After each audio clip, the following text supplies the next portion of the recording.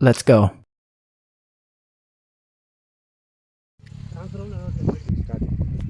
శేషయ్య గారు, ఇది ఏ ఊరు? రాయపాడు విలేజ్. నీ పేరు శేషయ్య, ఓకేనా? ఇప్పుడు ఇతను తీసుకునేటప్పుడు నీకు ఏం చెప్పారు ఇల్లు కంపెనీ వాళ్ళు?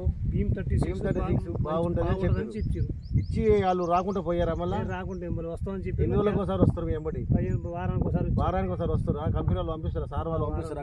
సార్ పంపిస్తాడు. వస్తురా? ఆలనా పాలన చూస్తురా? ఇది కావాల్సిన మందులు నీకు గది కొట్టుకో ఇది కొట్టుకొని చెప్తున్నారా? వాళ్ళు కూడా కొన్ని మందులు ఇస్తున్నారా?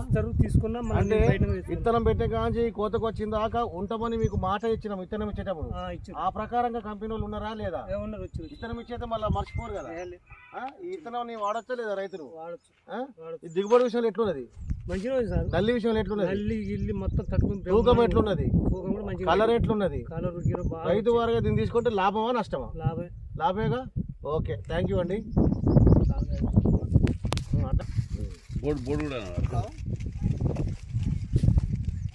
ఒకసారి కాయని చూడండి. దీంట్లో తాలిగింజ లేదు. రైతు వారికి ఎంతో సంతోషంగా ఉన్నాడు, హ్యాపీగా ఉన్నాడు. ఎకరం 10 గుంటలు వేసిండు. ఒకసారి దింపిన మొదటి కాయ 17 క్వింటాలు అయ్యింది. ఇంకా రెండో కాపు ఉన్నది, అది కూడా ఒక 17 క్వింటాల దాకా వచ్చే అవకాశం ఉన్నది. దీనికి 3వ కాపు కూడా వస్తుంది, 4వ కాపు కూడా వస్తుంది. వాటర్ ఉంటే దీని మీద నీకు వాటర్ ఉంటే ఈ ఫిబ్రవరి మార్చిలో కూడా పంట పండుద్ది, కాయ ఎల్లుద్ది.